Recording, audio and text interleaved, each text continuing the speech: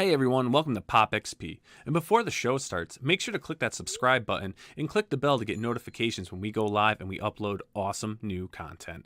And don't forget, if you can, make sure to share our stream on all your social media outlets. We appreciate it, and thanks for helping us grow the POPXP channel.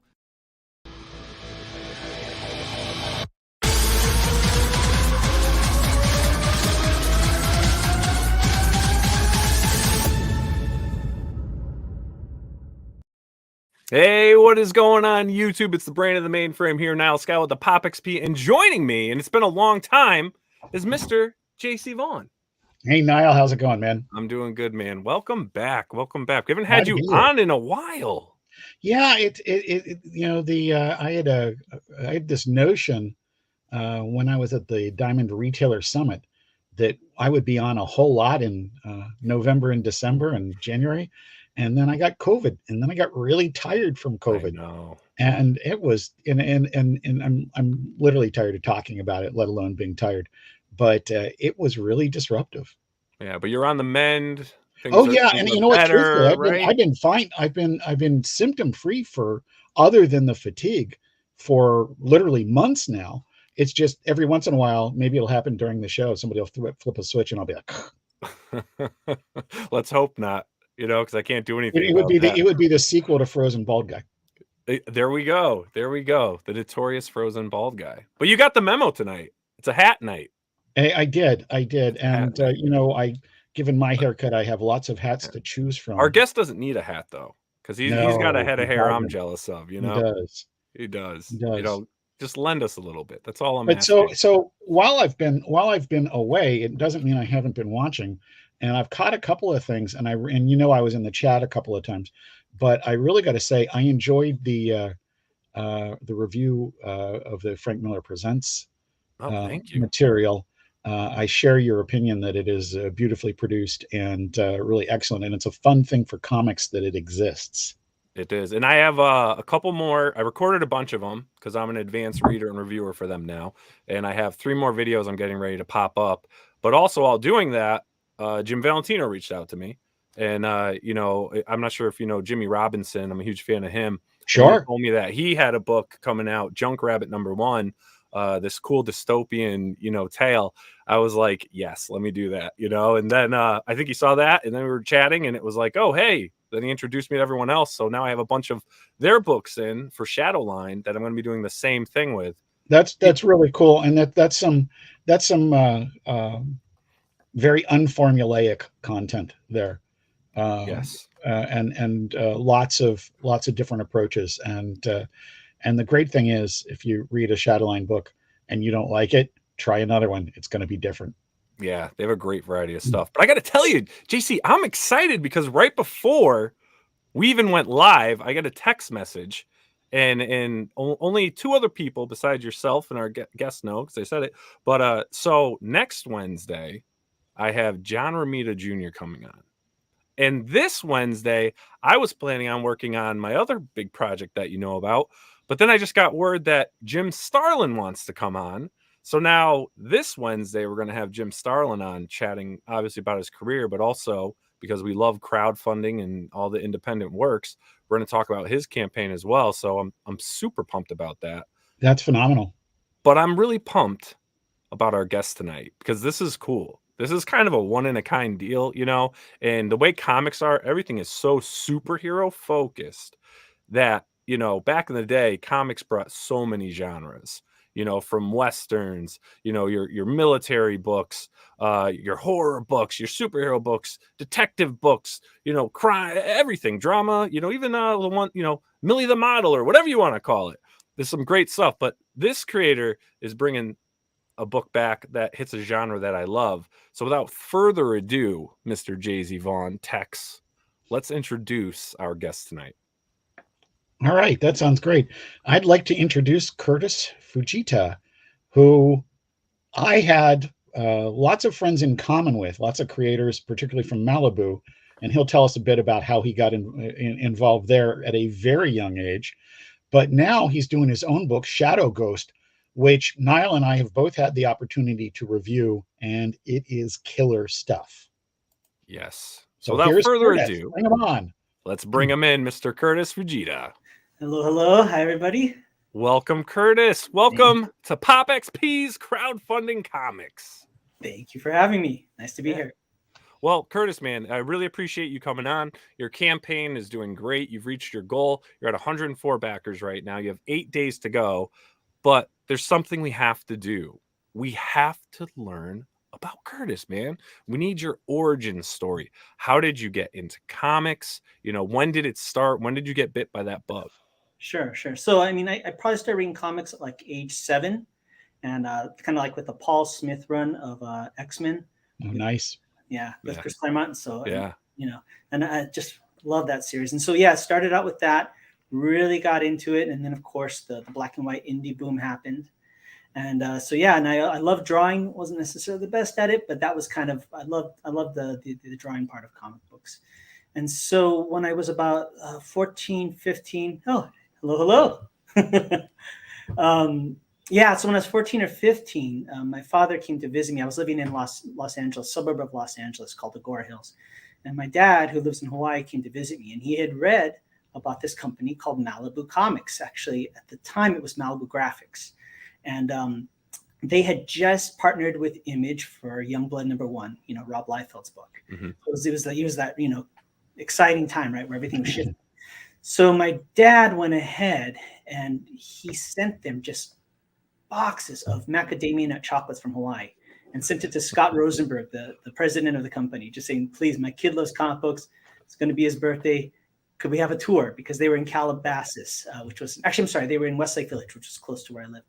So they wrote back, said, yeah. So we went there on a tour. We got to meet Chris Ulm, who friend of the show, I'm sure. Yep. And Chris gave us a tour of the place, and I was just in heaven. I mean, we went back to the warehouse, and as a kid, it looked like that end scene from Raiders of the Lost Ark, just rows of long boxes in this warehouse, right? And gave me some free comics, and then kind of, sent us on our way. And about a week or so later, my mom and my stepdad were talking to me, and my stepdad said, you should try and get what's called an internship. And I said, well, what's that? He said, just tell them you want to work for free. You want to work for free and you want to get experience in comic books, and you'll trade your work for experience. So I said, okay. And I still couldn't drive. So Mom drove me to their offices in this industrial park area, dropped me off in the parking lot and drove off and said, I'll be back in like 15, 20 minutes. Okay. So there was no way out at that point, So I went into the lobby, went to the receptionist, and, not thinking that I'm this scrawny 15-year-old kid what this looks like. And I said, yeah, I'd like to speak to Chris Ulm. And she says, who are you? So I'm Kurtis Fujita. I had a tour last week. Well, what do you want? Well, I'd like to offer my services to work for free as an intern at the company. And she said, no, we're not interested. And I said, well, I just met Chris Ulm last week. She goes, you should leave. And I said, can you just get him on the phone? So she picks up the phone, pretends that she's talking to somebody, and just immediately picks up the phone. Does anybody want free work here? Hangs up, says, no, nobody wants you here. You should leave. Wow. Yeah, it was brutal. Wow, that is brutal. It was brutal, right? And comic book fan at that age, right? We're not the. This is a freaking great origin story. Like, it gets better because I can still see everything like it was yesterday. It was just such a big moment, right? So I go outside. I can't even leave with my tail, tucked between my legs because I got to wait for Mom to pick me up to drive me out of the industrial park. So I'm sitting on this bench, dejected in front of the office. And I see in the parking lot, I always remember it's like this turquoise blue Saab. And I saw Chris Ulm driving. That was his car. And he was driving through the parking lot. And I don't know what brought it on, but just this fire hit me. And I stood up and I chased his car on foot through the parking lot and cornered him as he's opening his door in his parking space. And he kind of looked a little startled. And I just rattled off in one sentence. I just said, my name's Kurtis Fujita. You gave me a tour last week. I want to work in comic books. I'll do anything. I'll clean toilets. I'll do whatever I can. I'll do anything. I just want to work in comic books. Will you hire me? And Chris kind of looks at me and goes, yeah, you're hired. And so he walks me immediately into the front office to the receptionist, goes, this is Kurtis. He's going to start work next week. Make sure you let him in. And we walk through the office. I get introduced to everybody. Okay, hang on. You just skipped over something that everybody What now was the wants to know. receptionist's face? You got to let us Oh, know. oh yeah, Yeah. there was like, Yeah, like this is like you're burying the lead here, man. yeah, I was trying to be close. I mean, I think she was shocked, and I'm sure there was a little bit of a. I think let's put it this way: she was shocked. I think she tried to keep up appearances, but I could definitely feel the daggers being stared at me from behind as I walked past her Sweet. into the bullpen. So that's how I started Malibu. I started as an intern. And how long were you at Malibu for? I was there from all through high school, so 15, just like 3 years, 15 to 18. And I was there at a very interesting time. I was there just before a lot of big shifts happened. So I was kind of like almost like the movie Almost Famous. I wasn't like an important person, but I was there. I was watching and listening. And I was at that age where nobody really felt threatened by me. So I was let into a lot of things, you know. And about a week later, they started staffing up. And I got told that I was going to be an editorial assistant under a new person that was coming in, who was going to be an editor, and his name's Roland Mann. Oh, Roland, yeah. Yeah, and Roland, I had been reading Cat and Mouse, his original version of Cat and Mouse, the black and white. I absolutely love that book. And so again, I'm half Japanese. I pictured who's going to write this. It has to be an Asian guy, you know. So I'm waiting, and my new boss comes in, and if you knew Roland from the time, JC may know. Roland's a good Southern guy, and he had a mullet, or as we like to call it, the Kentucky waterfall. And I said, "This is the guy that wrote Cat and Mouse," you know. So then I became Roland's assistant, and I would work with him every day, and he would kind of coach me on things, and that's how I kind of went into that sphere of production. Yeah, so it was a great experience because, you know, I think it harkens to something, and we'll probably kind of get to it when we get to the martial arts, which is this idea of apprenticeship, which is like so rare nowadays and something that's missing. And I was very fortunate that I was in a place and a time where I kind of got an apprenticeship into all the different aspects of comic books, you know. And then I think that helped a lot. So yeah, that's kind of how I was just going to say, how valuable do you think that is compared to focusing just on one area? I think it's important because it's kind of like, again, that idea of apprenticeship, right? Usually apprenticeship is the idea is you start at the lowest level, you work your way up through the ranks. And then even if you specialize in one area, you understand the impact of what you're doing amongst everybody else. And you understand the crossover, you know? And so I think that's very important. And credit to everybody, Malibu. Everybody was so sweet, so nice, so supportive, you know. That it really helped me, really helped me out. And once you have a taste of some form of success, or the idea of sticking your neck out on the line and it actually works, you keep doing it, Yeah. So I mean, my heart's always with Malibu Comics. They always did phenomenal stuff for me, So yeah. So where did the path lead you after Malibu? Sure. So what happened is that it kind of led directly from Malibu. I ended up working. I got to the point where I started doing coloring. So I ended up doing what's called color designs, which they don't do anymore, which is you actually get Prismacolor pens and you determine the look of the colors. And then that was handed to the teams on Photoshop that would do the digital coloring. So that was at my very end, like a senior in high school. And then I went to art college in San Francisco. And while I was there, I ended up getting freelance work, and I started working in video games.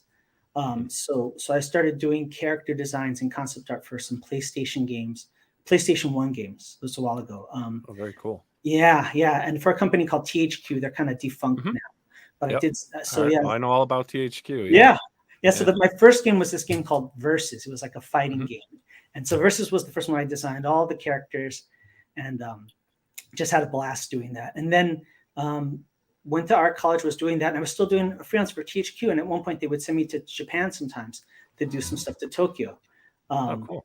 And so I was in a very blessed position, and even to kind of go back to the Malibu guys, they had me going on business trips to Chicago Con at like 16. I was going. I don't know how minor got across state lines, but we did it. So I was doing that, and then after that, got out of art college, worked in games for a while, did more production like 3D art, things like that. And then after that, I kind of did a little bit of a stint. I'm one of many that worked on a Hollywood film project that never got made. But I ended up working on I met a gentleman by the name of Kamel Krifa, at E3 of all places. And this gentleman and I became friends. And he was actually Jean-Claude Van Damme's friend from growing up in Belgium. And he was trying to produce, he was working on producing a film called Dream Fighters. It was like this idea that there's a Valhalla and all the warriors of history come back, to the modern day to save it. And the people that started getting associated with it were kind of interesting people. So the comedian Eddie Griffin got involved. And then the person who got heavily involved was the actress Michelle Rodriguez. So I was doing concept art. And then so Michelle and I and Kamel were working on this project for about 3 years. Oh, wow. Yeah, it got really close. One time it almost was about to get produced by Mario Casar, who did Terminator and so forth. But it just didn't come through. But I mean, I had great times, and I got to really hang out with Michelle Rodriguez a lot, and even do some script rewrites with her, things like that, and so it was good. And then after that, I transitioned.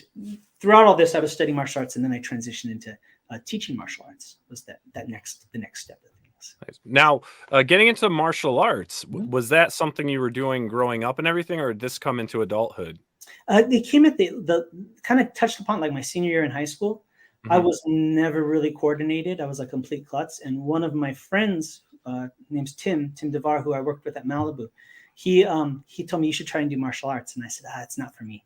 And then I took about a year of it in LA and just fell in love with it, But it really hit its stride in San Francisco. I was in San Francisco proper, and so Chinatown wasn't far from where I was living. So I went to Chinatown, and I'd been looking for a specific style of Kung Fu, because there's over 180 different styles of Kung Fu. And the style's called Hong Ga, and Hong Ga means the Hong clan, like the Hong clan fist. Hong's the last name. And the reason I wanted to learn it was because of Kung Fu movies. There's a very famous folk hero in Kung Fu movies named Wong Fei Hong, who, if you've seen, Jet Li portrayed him in a movie called Once Upon a Time in China. Yep. Jackie Chan portrayed him in Drunken Master. And I found out he was a real life person and that he did this specific style of Kung Fu. So I decided to go to Chinatown. Again, this is informed from that experience with Chris Ullman. It's like, why not just go for it, Yeah, so, I like that. Yeah. So I'm just walking through Chinatown, and this is weird thing happened. I'm walking down Grant, which is the main street, and Sacramento's a cross street. And I kid you not, I had like this little voice tell me, you need to look left right now, like immediately look left. So I look left, and on this side street, there's this little basement, and there's a little sign that says Kung Fu. So I went there. It says Hong Ga Kung Fu. Well, that's the style I'm looking for. So I went back, met the person who would become my first teacher, and started studying there. And I had no idea he was a world-class martial artist. I just figured he's Chinese and it's in Chinatown. It's got to be good, right? And so the first day that I met him, he goes, I guess you could tell a little bit after, he goes, do you know how to fight? It didn't, I'm gonna note, spoiler alert, it didn't go well for me. And and I had taken 1 full year of Kung Fu in high school. So I thought I was pretty hot stuff. So I said, yeah, I know how to fight, which was the biggest mistake. He says, okay, fight me. So I remember I threw a punch at him. And then while he was looking down, I went to sucker punch him with the back fist. And the next thing I knew, my hands had wrapped around each other and I punched myself in the nose. And then because basically he borrowed my momentum and used it against me. He just pushed me. And he to this day, his studio still on. He didn't have like chairs. He had old movie theater seats as chairs where the guests are. He just pushed me and I slammed into the chairs. He walked away, didn't say anything else. And that's what started what's now about 25, 27 years, something studying with this one teacher. So did he like walk away like, I can't teach you? Or like after he beat you up, I mean, where did it go from there? No, I think they don't, the thing about it is, and I can say this from teaching, it's really not about how bad you are. Yeah. It's if you stick with it.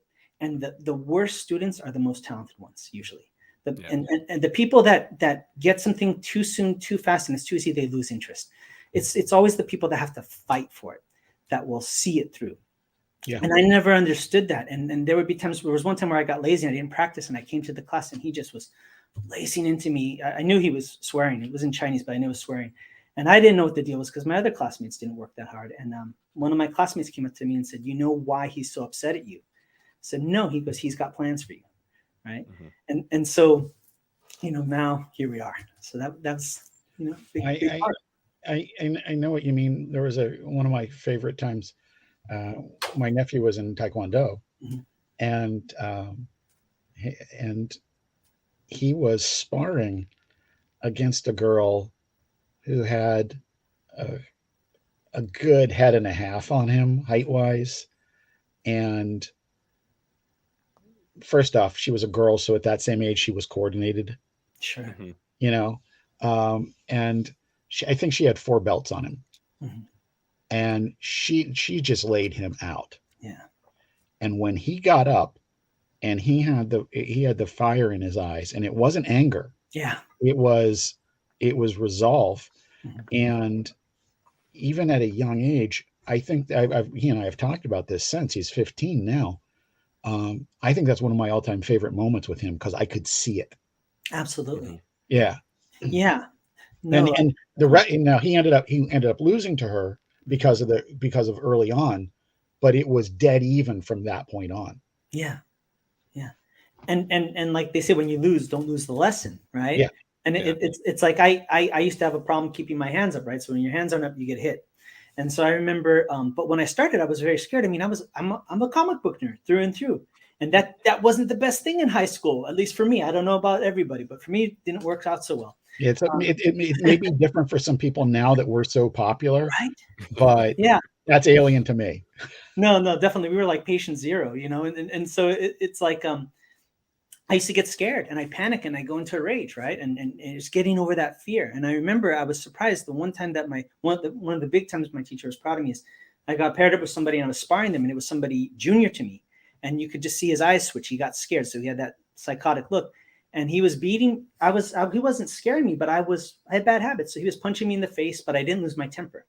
And so finally I said, okay, I just got to take him out, get this done with. So just hit on the bridge of the nose so the eyes tear up, and then we call it. So he leaves. I'm really upset because I got hit in the face so many times. I think I did a horrible job. And I'll never forget, my teacher went over to me and just puts his hand on my shoulder and he just goes, "You're not scared anymore." And he just smiles and walks away. Because that, like your nephew, that was the lesson. Yeah. Punches, hits, everything happens, but it's the how you handle the adversity is All right. I don't want to skip too far ahead in this origin story. Yeah, no, not a problem. But this is a really good segue. Yeah. You have this comic book experience. You said from very early on you like to draw. Yeah. You have your martial arts experience and training. Mm-hmm. How did you decide, okay, it's time to put this into a comic book? Sure. Necessity. I mean, really, it's I would be lying if I said you could do both at the same time competently. I'm kind of fortunate. I did one at one formative period and one at another. And to be candid, I had to brush up on my skills because, focusing on being a Kung Fu instructor or, master, as we call it, takes a lot out of you, right? But what it is I started training Kung Fu at what I didn't realize was an end of an era. Okay.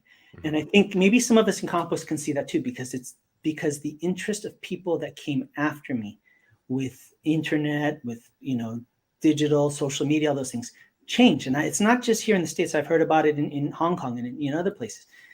The current generation isn't as interested in something that takes an obscene amount of dedication and work to get to. And so I spent 20 years teaching. I've been teaching for 20 years now.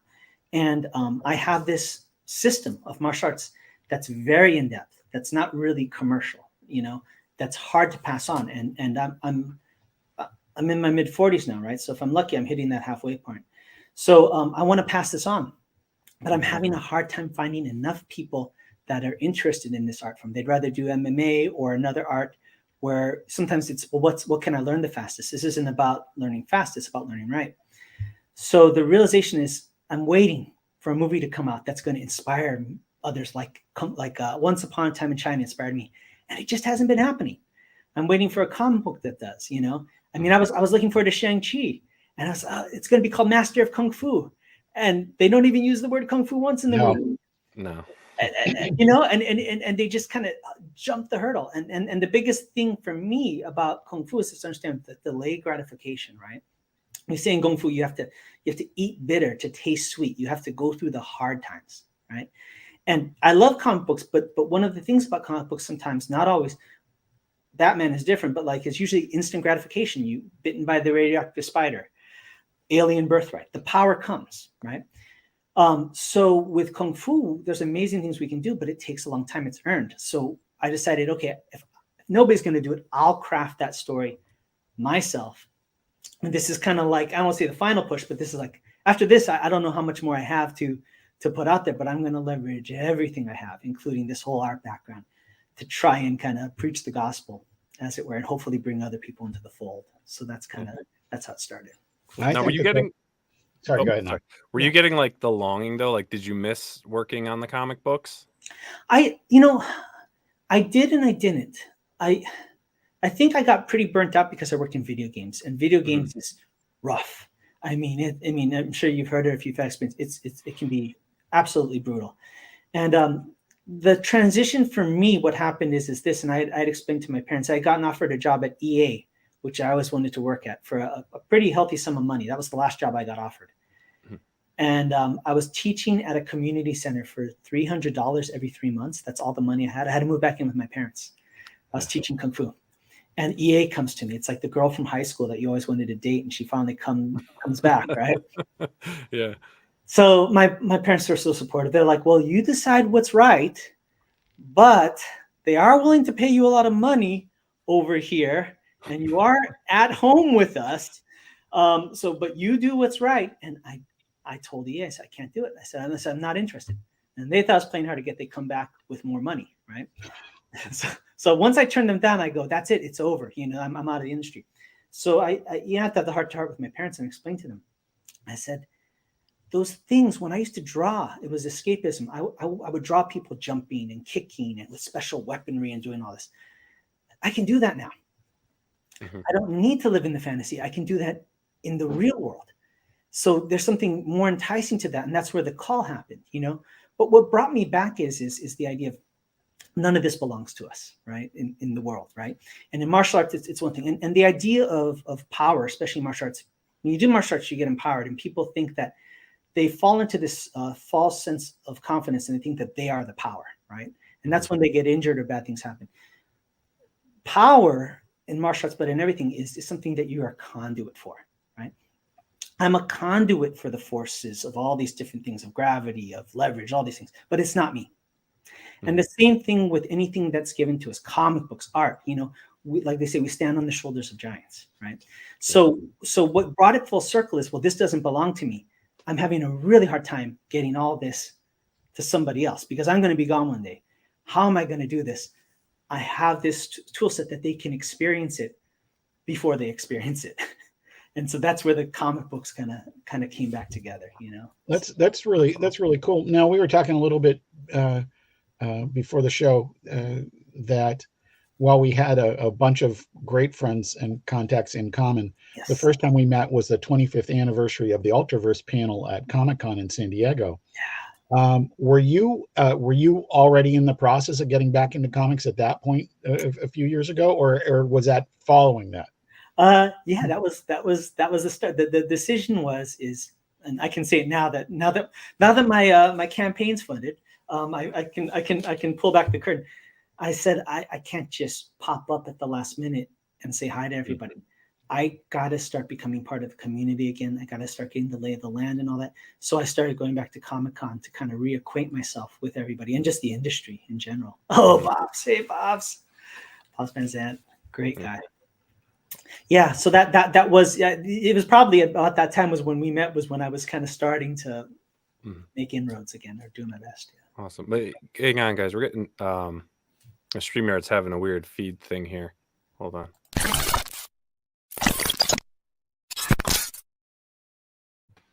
Oh, what? Hey, it was you, Dwell. Yes. Oh my God, what's happening? Oh my gosh, am I in Geek Food Tavern? That's next week. Hey, welcome, Dave Olbrich. How are you? I'm fine. Thanks for inviting me to the party, boys. This is cool. So cool. It started off as a joke, and then I was like, that'd be kind of cool if you came out. But then I was like, I don't do they talk? And then I saw you guys going back and forth. I was like, oh, they've got a decent Oh relationship. no, Curtis and I talk every chance we get. It's just we don't get many chances. So Oh yeah. Well, So we brought you in here tonight. Definitely. Yay! Definitely. So good to see you. It's good to see you too. I need to. Let's give us all the juice now, really, on Curtis. Let's know the truth. Let's talk about this receptionist. I hope she was fired. No. I didn't hear any of the stuff before this. It's just we were always surprised when Curtis, because Curtis was very quiet and very reserved and very shy to begin with, and we thought, this poor kid's never going to last in our office, because we were really out of control, and he stepped up every single time. So I'm proud to call him my friend, and he's always been he was always good around the office, and smart guy. I like him a lot. Thank you, Dave. I appreciate it. Dave was always so supportive, so friendly. Always there. And we were just talking about when I first started showing back on the convention scene, and like Dave was like one of the first people, it was like a day hadn't passed, just so welcoming. So well, it's great that we get to celebrate your return to comics, with your Kickstarter, which is really cool. Again, that's Shadow Ghost #1, which you guys, if everyone out there, the link, just so everyone knows, the link to the campaign is in the description below, as well as pinned to the top of the live chat. So if you haven't checked it out yet, click that link and check out the campaign. It's a great book. Again, me and JC had the opportunity to read it. The interiors are fun. I mean, you did a heck of a job, Curtis. Well, yeah, I think Niall's absolutely right here. One of the things that I wanted to sort of echo that and drill down a little bit of detail is you're really serving two masters in doing this comic, in that it has to work as a comic book, and from your perspective, the martial arts have to work in it too, right? Yeah, definitely. And so was it difficult as wearing your comic book creator hat? Was there any difficulty in satisfying your instructor, your Kung Fu instructor hat? Yeah. I mean, that was a huge challenge, right? And the one thing that I tried to avoid, and not against the flying sidekick, but almost every martial arts comic book is obsessed with the flying sidekick. It's like the only move anybody knows how to do. So I really wanted to bring all these obscure techniques and things that I know. It was a big challenge, but I spent a lot of time. You were talking about when we first met at the anniversary for the Ultraverse, and even back then I was planning it. And so from the groundwork, I spent years actually conceptualizing things, creating the character designs, not just to kind of do world building, but to get my hands strong again for drawing, and to convey everything, because spending all that time doing martial arts, which I love, it's a thing. So if you look at the format of the book is designed format wise to fit what I want to do martial arts wise. In other words, there's not really any splash. There's no splash pages actually in the first issue. Yeah, it's kind of old school, kind of. I hearken to like Watchmen, Dave Gibbons, but that kind of like almost a pattern to it. And that idea, I wanted more panels for two reasons. I wanted more panels because I didn't like sometimes when you read a comic book and you just feel like you've just read splash pages and you haven't had an actual story. And I wanted to convey the action in sequence, as opposed to kind of the montage idea where you kind of have to piece together. So everything's in sequence in the book as far as strategy and how one move leads to the other. One of the things I liked about that, I'm definitely skewed toward the old school with panels. It's not that I don't like full bleed. It's not that I don't like splashes, but Billy Tucci and I had this discussion back when comics were $2.99. I didn't want it to take 10 seconds to read. Yeah. Well, that's the thing about the lack of words and the more cinematic stuff where it's just picture and another picture. There's no caption balloons and words to slow you down. And at some level, I think you miss some of the art if you're not slowing down to read the words. Dave, I couldn't agree. I couldn't agree with that more. Discussion I've had with Jim Shooter over the years essentially boils down to what goes on in the panel border is going on in your head. Right. And if you're taking panel 1 and panel 2, and you're taking panel 2 as far as you can removed from the action of panel 1, but maybe a step or two back toward it, and your brain fills in the rest. Those are the greatest experiences. Mm-hmm. I agree So, with that. but the structure of the panels gives you, it's oddly cinematic, or even more appropriate, it's like listening to a play on radio, where your brain is filling in parts of the stuff. We're in that weird situation where the lettering, the words, are part of our art as well as conveying story. So it's one of those things that continues to make comics a unique art form. Definitely. And I think there's a cadence and a rhythm. Like, I got into editing when I was in college, like, editing film and stuff like that. And the idea of that kind of undercurrent of a rhythm. And so when you have a certain pattern, it almost becomes like poetry. It almost has a certain cadence when people can kind of expect this panel variation, this panel variation. It kind of almost affects like a trance-like state a little bit. So it's all those things that I was trying to go for. Very cool. So let's do this. Let's dive into I'm going to play your campaign video to start it off, and then we'll actually go over to your Kickstarter and take a look at what you put together there. So for the viewers, this is it's 3 minutes 27 seconds. So we'll check out this video now. Great. As a kid, I loved Kung Fu movies. So I went to Chinatown, trained with a wise teacher, and became a Kung Fu master. Sounds simple, right? Not really. My journey, like the study of Kung Fu, was as arduous as it was rewarding, filled with as many secrets as revelations and as much heartache as triumph. It's a defining moment in my life, and while I began studying Kung Fu to learn how to fight, what I discovered was a way to live. Martial arts never came easy to me. I was far from talented, and even farther from being the chosen one. It was only through years of tenacious perseverance that I was able to make steady progress. And so, I was surprised when my master told me that I should teach Kung Fu and share the art outside of Chinatown. I did just that and taught Kung Fu to my own students for 20 years. I always wanted to do more to share the art of Kung Fu with others, but was limited by only being able to teach those within my immediate area. What about the rest of the world? Then one day, I had one of the deepest insights about Kung Fu. I realized that the punches, kicks, throws, and myriad of martial maneuvers are merely the delivery system for the true essence of Kung Fu, the philosophy and way of life. Having worked for years as a professional artist and storyteller in film, animation, video games, and comic books, I realized that I could draw upon this unique skill set to share my passion for Kung Fu with the greater world. And so I created Shadow Ghost, a Kung Fu comic by a Kung Fu master. The first issue is created entirely by myself, from story and art to colors and lettering.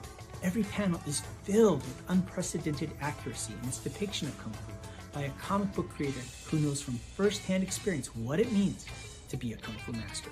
Shadow Ghost is a martial arts coming-of-age story about a young man whose search for the truth about a legendary hero leads him to study Kung Fu, and through a twist of fate becomes part of the legend himself. For the first time in comic book history, you can immerse yourself further in each issue with Kung Fu Skills technology, powered by Tiger Crane Kung Fu. Scan the QR code at the back of the comic and follow an exclusive link to an online instructional video where I teach you Kung Fu techniques featured in this series. With Kung Fu Skills technology, you can do more than just read about the Shadow Ghost saga. You can become a part of it. The first issue is completely finished and ready for print. All that's needed is for you to make a pledge of support so that we can fund the printing of the first issue. Together, we can share the wisdom of Kung Fu with the greater world. Shadow Ghost is the story of Kung Fu. It's about the people, the art, the culture, and the philosophy. It's my story and the story of those that I've learned from, taught, fought, and loved. Join me and become part of the vibrant legacy in a place and time where we might not be the chosen one, but where we can make a choice to be part of something bigger and greater than just ourselves. I'm Sifu Kurtis Fujita, and this is Shadow Ghost, the Kung Fu comic by a Kung Fu master.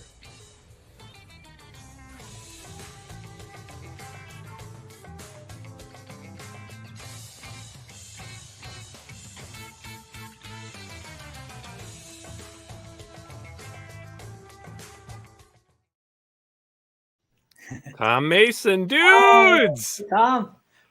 Tommy. That's awesome, man. I gotta That say, video I was gotta great. say, my first observation about the video, and I hadn't shared this with Niall or you, Curtis, ahead of time, is this. Normally, Kickstarter videos, including my own, lose me after about 30 seconds. This was watchable all the way through and held my attention. And I think it's because the, let's call it the honesty in your storytelling. I think it really comes through. Thank you. Yeah, I had like different ideas for how I was going to do it. One was like this montage and all these different things of me doing martial arts. And then I think the important thing is to tell the story behind the story. And so I just kind of wrote it out and then laid down an audio track and then just kind of pieced it together. But I'm glad it worked.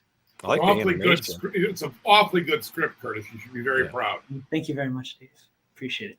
Yeah, great job. Because it's like JC said, sometimes there's videos that are like 3-4 minutes. And you're like, oh, that could have been done in like 50 seconds. But yours just it just melds everything together perfectly with your story and the book and why this whole thing came to be, which is great. So you have some great stuff in this campaign, and right off the bat, so everyone sees, you met your goal. You have 104 backers right now. There's 8 days left to this campaign. So anyone out there that's watching this live, that's watching this recorded, check out the campaign. The link is below. The link's in the chat. The links are in all our social media posts. And again, if it's something that, funds aren't just there this time, but you love this project, share it. Share it on your social media, your Facebook, your Twitter, your Instagram, whatever you're doing. Talk about it on your YouTube channels, your Discord, your Twitch, whatever's going on. Just help spread the word. For another fellow independent comic creator. And to echo that, I just want to say that as a guy who's done campaigns myself, seriously, people who can't do something right now but share it around are a huge help. Yeah. That said, if you got the bucks, do this one. You're not going to be disappointed. Thank you. Exactly. Now, how many covers do you have on this book? Three. I have 3 covers. Yeah.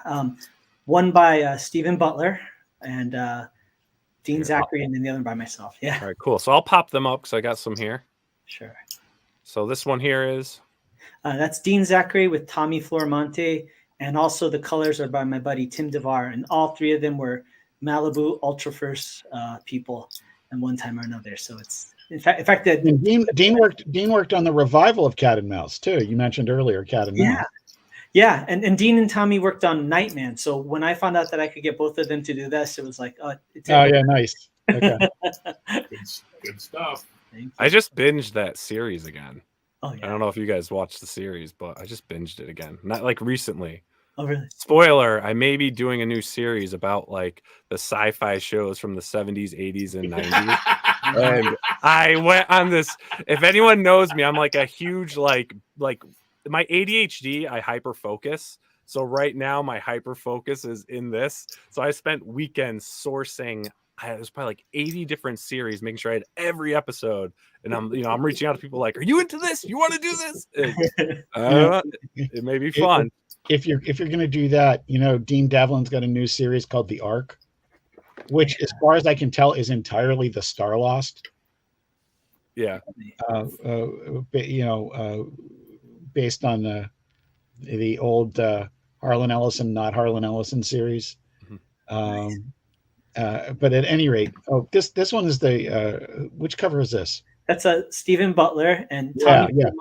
Tommy Flormonte on inks. In fact, Stephen and Dean both told me, they said, you can have these pencils, but Tommy's got to ink them. We don't trust anybody but Tommy. So Tommy's half of the covers right there. That's nice. Yeah. It's good. And then the third and final. And that was your cover. Yeah. Awesome. Yeah. Thank you. Very cool. And JC, actually, just because you said Arcs, speaking of these shows, I binged Arc 2, if you guys seen that one. Oh my gosh. They got such a cool vehicle in that. Yes, they do.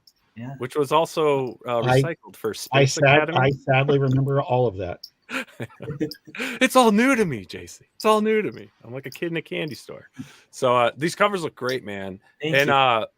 The campaign here, like I said, guys, 8 days to go. I love what you did in the video with this here. Do I have a close-up of it? How you added that animation. Yeah, so actually that was, because I did the whole book myself, right? So there's no part that anybody really helped me with. So I planned ahead. So when I was drawing, that was concept art for Chinatown.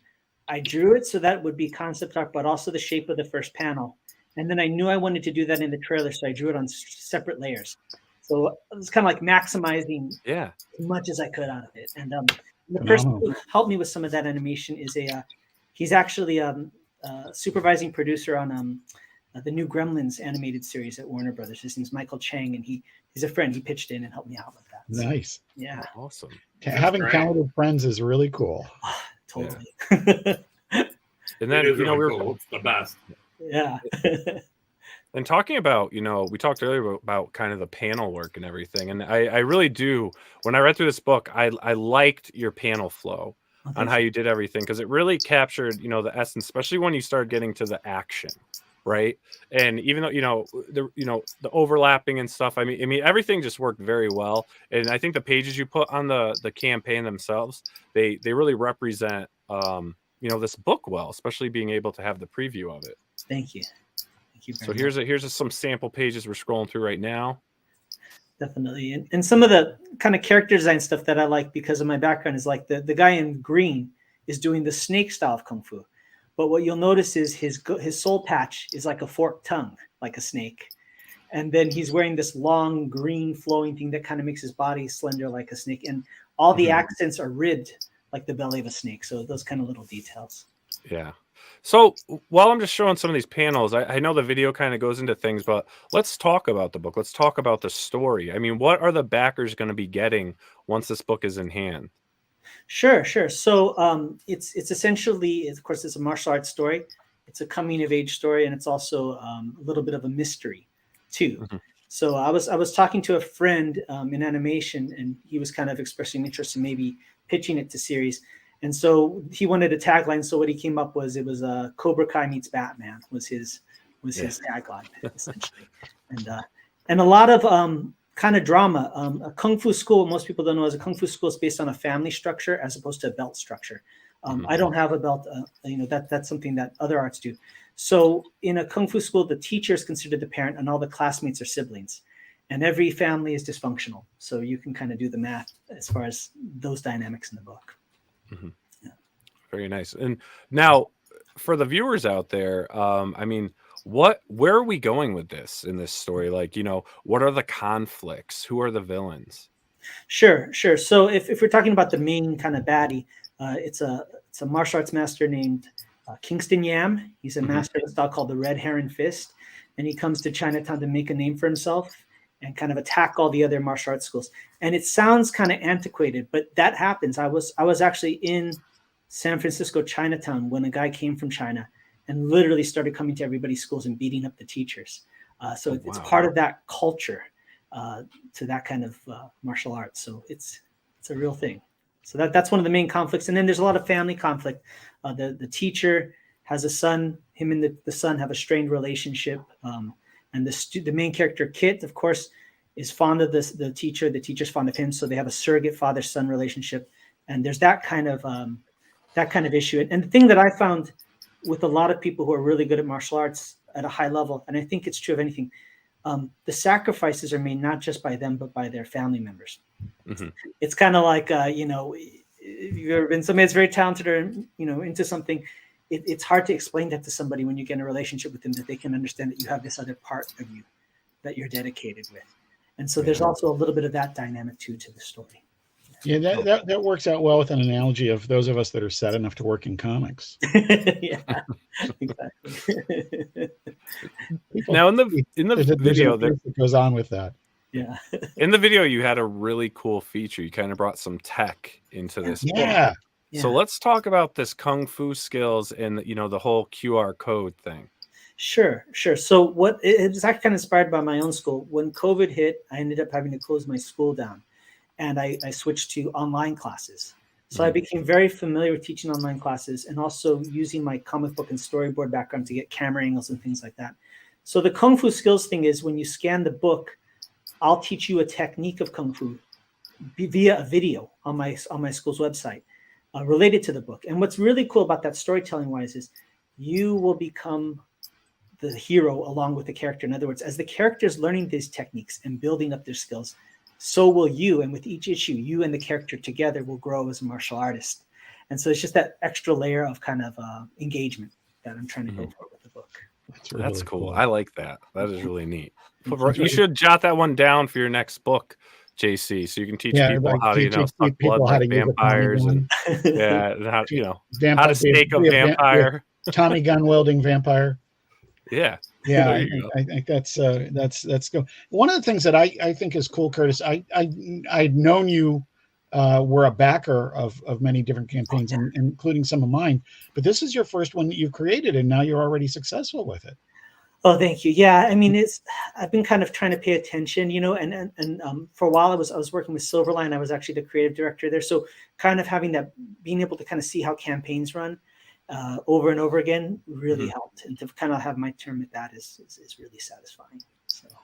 So we gotta put Dave on the spot. Yeah, Dave. Oh, yeah. When are we getting a book from you? Via crowdfunding. Come on, Dave. Come on. Come on. Yeah, nobody wants that. I do. Yeah, I do. I'll take one. I did. I think the entire time I was at Malibu, I co-wrote 4 comics and wrote one. Actually, I didn't ever write one entirely myself. Even the one that's credited to myself, I got a lot of help from R.A. Jones to fix it. That was that one shot about the Santa Claus demon killing kids in the local mall. Yay! Based on a true story.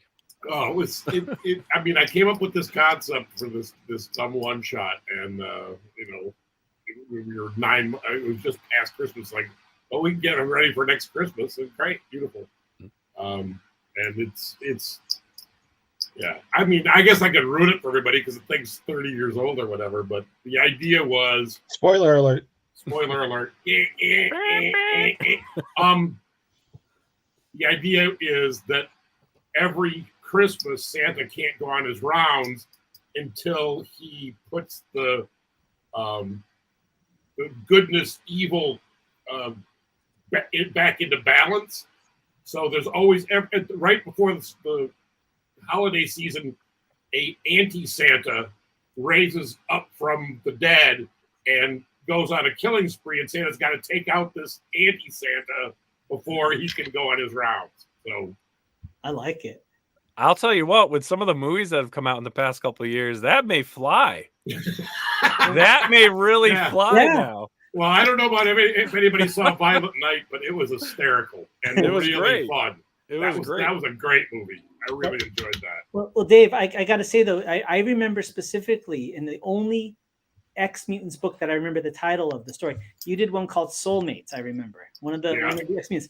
To this day, I remember it had an impact on me, and it's the one that I still remember the title. So I would definitely line up for your book. You know what? Let's give Dave there we Yes. go, man. You did it. I'm just sitting here amongst all my stuff. Aren't we all? Yeah, I think so. Yeah, probably. It makes a great set. I'll tell you what. So Niall, as we're coming down the home stretch here, I think one of the things that's exciting about this is a good period for comics that aren't superhero comics. Yes. And this is we've talked about it on this channel many times, how we feel it's like a golden age of creativity. Mm-hmm. I think this book fits right in there with you. How about you? Well, I agree. There's a thing. I've been doing a lot of research on stuff, and JC, and the big thing that I've noticed is that with crowdfunding, you have the genres, right? You have a lot of the genres that, let's say the really big publishers, definitely the big 2 aren't doing them. You'll get it with Image, Boom is starting to do more stuff. But, back in the day, like I was saying, the genres, the horror books, the detective books, the military comics, all that stuff, all that stuff was so big. And that's what's great about doing the independent stuff, because you can do what you want, right? You can literally do what you want, the way you want to do it. And the internet's big enough that you can find an audience for it. Exactly. And, this just brings another genre. So, I hope, and we can see, with your first campaign here, that it is successful. And there are other martial arts related books, and you know they're done well as well, but you know again they're not reaching that same growth that the superhero books are doing, the horror books. You know, those are kind of the big books out there in crowdfunding.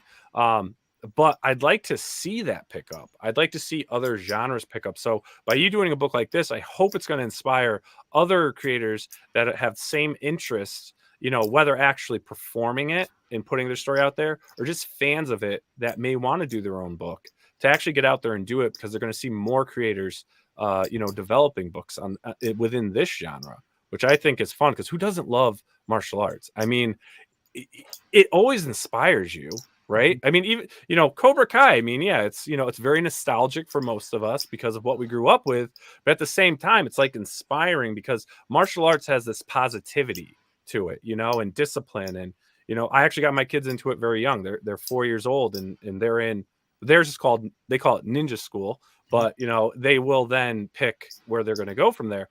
But I mean, again, it's just, it's such a great practice, and you can create such great stories. Did you just confess to putting your kids into a program where they can kick your butt?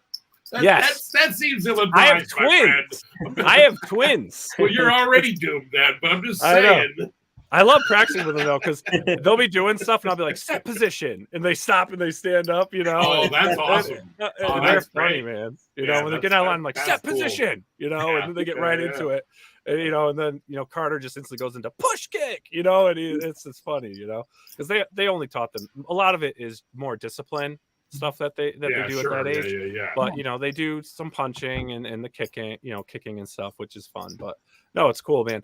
Curtis, really, man, it's not often I get to have a book like this on. So I really appreciate, you know, you taking the time to do this, because we need more exposure for different genres, especially one of this quality. Again, everyone out there, I just need to do this 1 second.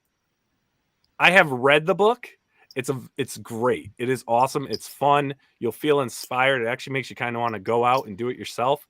Check it out and back this book. Thank you so much. Well done, sir. Yeah, I'm really impressed with how thoughtful the whole process is. Oh, thank you. Just how well you've thought through all the pieces, how you've integrated them into something. So hopefully it'll get some, you know, it's already started to get the kind of support that you need. Yeah. So hopefully the comic people will come around, but hopefully the online community of Kung Fu will come around and support you as well. I think that would be awesome. I do have a question though. Sure. What bad habit did you learn at Malibu that you had to break in order to become an adult? Great question. Ooh, oh my gosh. What is that? Wow. So many. Yeah, I'm sure. I'm sure that's true. No, I mean, seriously. You turned out pretty well considering how hard we worked to ruin you. You know, I honestly don't think that I think the only thing that, if you say it's a bad habit, is just more patience. I was so blessed to be working with all of you, and yeah, I mean, I got in early, and so the idea to have to be patient after that, you know, I mean, not just a highlight of career, but probably one of the biggest highlights of my life was Malibu. I mean, you know, that was my high school experience. You know, I wasn't really in high school. That wasn't really my bag, but I got to hang with all of you. And so I think that was probably the only thing is that I just got so much good stuff so soon. And it hasn't been quite the same since. Hasn't been quite as easy. Hasn't been always quite as fun. That's a pretty common story from a lot of people who worked at Malibu, including me. Yeah. For years to try to replicate some experience that would be as good as that. And I haven't come anywhere close. No, definitely not. And you know, and this is just, you know, just this is just such a great experience being here. You know, it would be fun, but to have Dave here makes it even more fun and even better.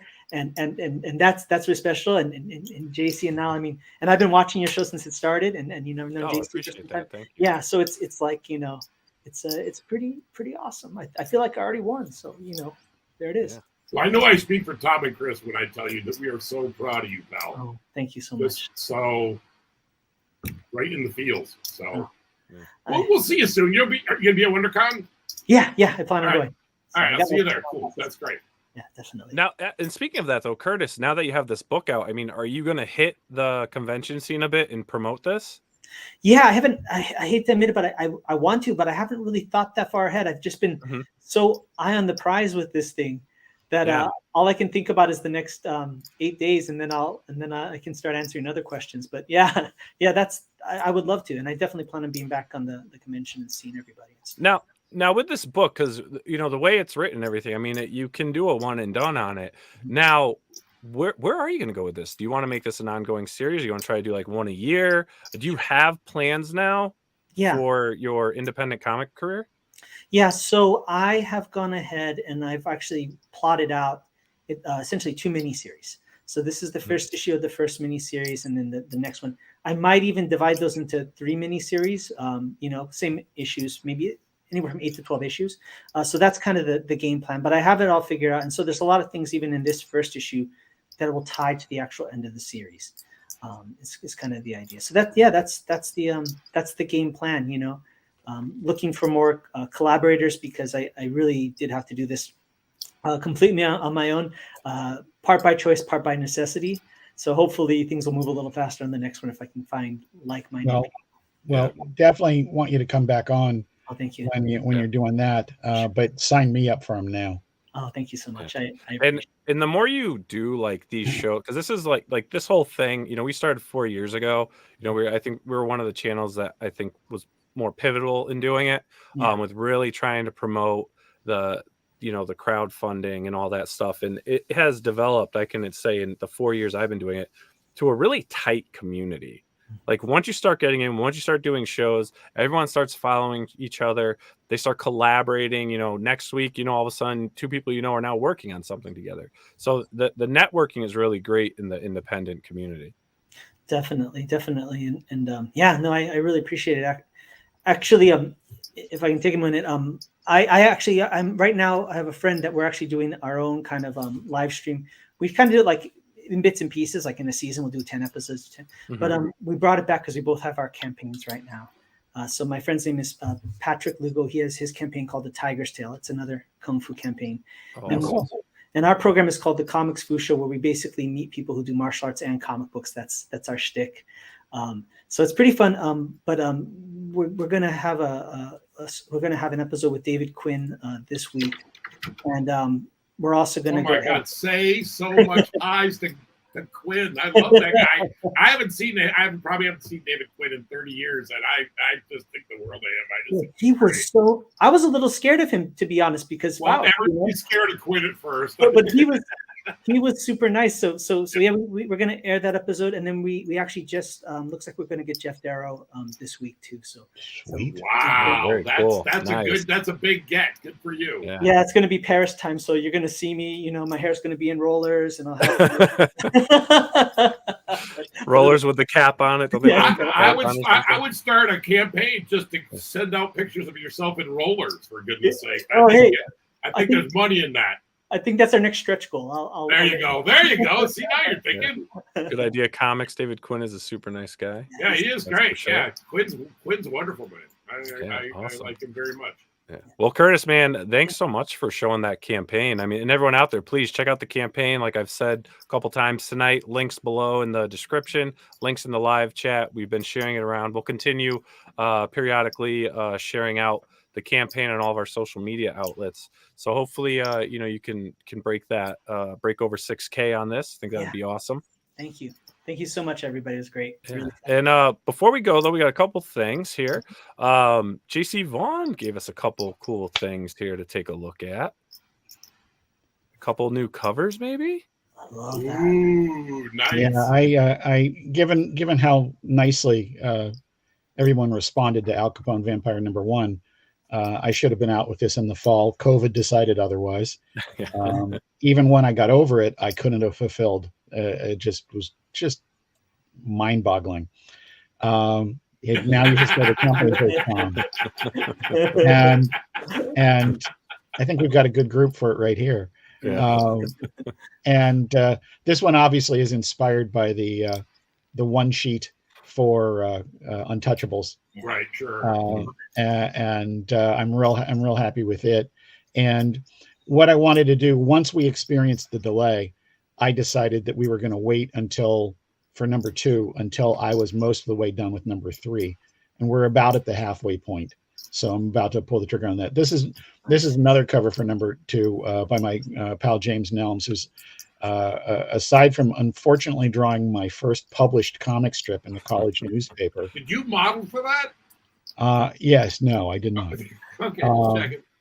Yeah, he's the one in the arms of the guy. Thank you for the thought. Yeah, He's the guy I in the modeled shirt for, I dress, modeled for Al with the Tommy gun. But James has also done illustrations for me for bedtime stories for impressionable children and McCandless and Company. Yeah. And he's a phenomenal artist who's worked in all sorts of media for years. That's great. Very nice, very nice. And I got to ask you guys, just because it's been such a big hot topic today, did any of you see the trailer for The Flash today with all the Michael Keaton in that? Mm-hmm. I haven't seen it from start to finish. I've seen snippets. Yeah. But I did shoot down a UFO today, so that's good. Oh, I did too. Yeah, see, everybody's doing it. Nice. Did he shoot down? Did he shoot it? Curtis, clearly, he probably kicked it out of the air, but you know. Yeah. The invasion is coming. Yeah. Yes. It's these people have traveled millions of light years to get here, and we can shoot them down with a rock. I know, right? I know. Maybe they're testing our capabilities. We're gonna need our robot overlords to just defend us against Again. the alien invasion. Yeah. So at any rate, guys, I think it's a great show. Thank you, everybody. Yeah. And Curtis, man, seriously, best of luck with this thing. I love the first issue. I can't wait for more. So get to it. All right, I'm on it. But I got a couple more things. Sorry, guys. Oh, I'm here. A couple more things. We can't leave without mentioning another great YouTube channel that everyone needs to check out. Oh, I don't know. Maybe a little Geek View Tavern? There you go. There we go. That's episode 23, the most recent one. Great. And 24 is going to be an interview with Marv Wolfman. Nice. Oh, nice. Marv comes out about his early days getting into comics and what it was like to bop around the Marvel and DC offices. Very cool. It's a real good episode. So I'm just putting the final touches on Well, it. And you guys know that my show's not. I don't see anybody else really doing a show like mine. I'm not trying to brag, and maybe that's not a good thing necessarily. But I don't see anybody doing a show like Geek Tavern where I put so much context and so much illustration and so much stuff into it. It's not just a bunch of guys sitting around talking. Not that doesn't have its place. God knows I'm here and I love this. Yeah. So it takes me a while to get them out. So no, but they're good. They're great. I love watching them, and I watch them sometimes in the car and more listening. But you do a great job. They He watches while he's driving. Yeah, they almost work as a podcast, but they do. It's nice if you can get the graphics too, for sure. And anyone that goes on YouTube, right here, you see this says subscribe. So you want to make sure that when you're on here, yours also says subscribe, and click that bell to get notifications when Dave's posted up a new video, because you're not going to want to miss it. I could definitely use some more subscribers, that's for sure. So. That's the tough part. And the cool thing is it's free. Right? It is. It's completely free. It's free subscriptions to Geek View Tavern. How can you possibly lose?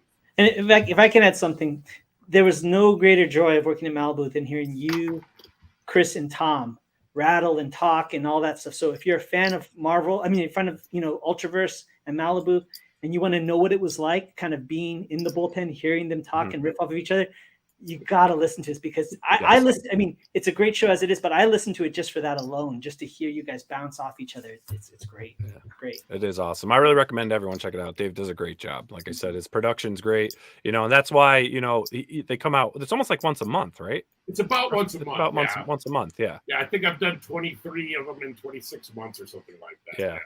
Yeah, no, you're doing great stuff. Love it. And then speaking of shows, just so everyone knows what we got going on this week, tomorrow night, I'm giving you my Valentine's in a dystopian tale.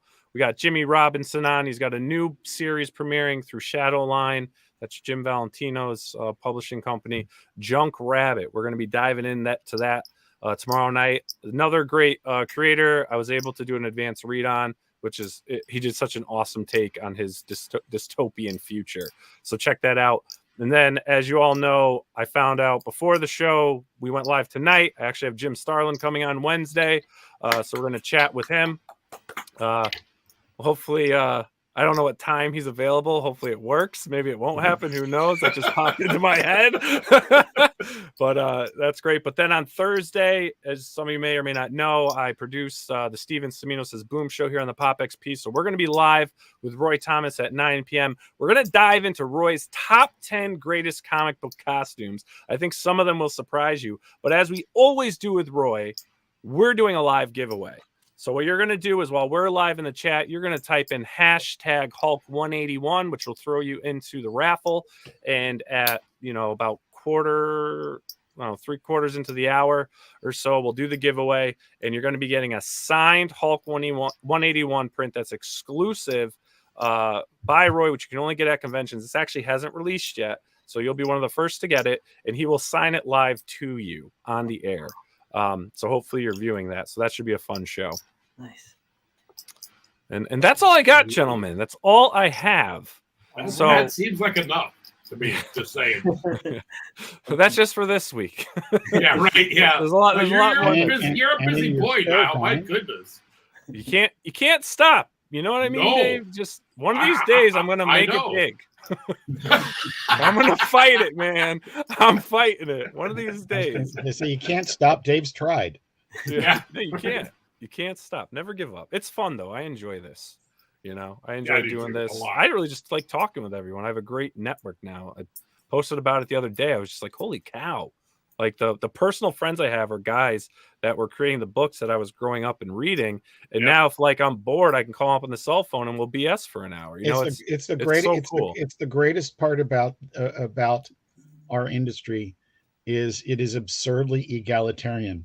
If you put out your book and you do a halfway decent job and they sit you next to an established professional at a show, the chances are really good that person treats you decently. Yeah. And think about this. You go make a great little film and people love it. Are you hanging out with Spielberg? No. Yay! Brian Blevins. I don't drink, but I would get a beer at Geek Town Tavern. I just willing just to buy a beer at Geek Tavern and just have it sit there and he'd stare at it. There you go. I think it's very good. Yeah. So again, Dave, you're always welcome on. Love chatting with you. Same for you, Curtis. If you ever want to come on, to promote anything for both of you. Dave, if you ever want to dive in more to what you're doing with your channel, try to bring in some of our subscribers over to you. And Curtis, again, if you guys ever see we're posting something, you're like, hey, I would like to be a part of that. Just shoot me a message. We love having guests on, hanging out, and talking the topic. So again, gentlemen, thank you so much for hanging out with us tonight. Best of luck to you, Curtis. JC, it's always a pleasure to get to stream with you. It's been a long time. We need to do this more. Here, and Dave, thanks for taking the time to come on and chat with us. I know it was last minute, but it's good. It worked. It worked out really, really well. Good to see you, Mr. JC. Thanks, man. Pal. I'm not going to see you to San Diego, right? San Diego? Probably. Yeah, not till San Diego. Yeah. All right. Fair enough. Yeah, I can't get out of my cage either, so I hear you, brother. We need to talk very soon before that. Okay, great. Ooh, I'm more than ready. All right. All right, cool. All right, everyone. Have a great night. Thanks for tuning in. We'll see you all in the next one. Take care, everybody. Curtis, we'll talk soon, buddy. All right. Definitely. Thank you. All right, bye-bye. Bye. Hey everyone, thank you for joining us on POPXP. If you haven't already, make sure to click that subscribe button and also click the bell for notifications when we go live and we upload some awesome new content. Also, don't forget to head on over to Twitter and follow us at the POPXP and over on Instagram at the POPXP. Thanks again, everyone, and we'll see you soon.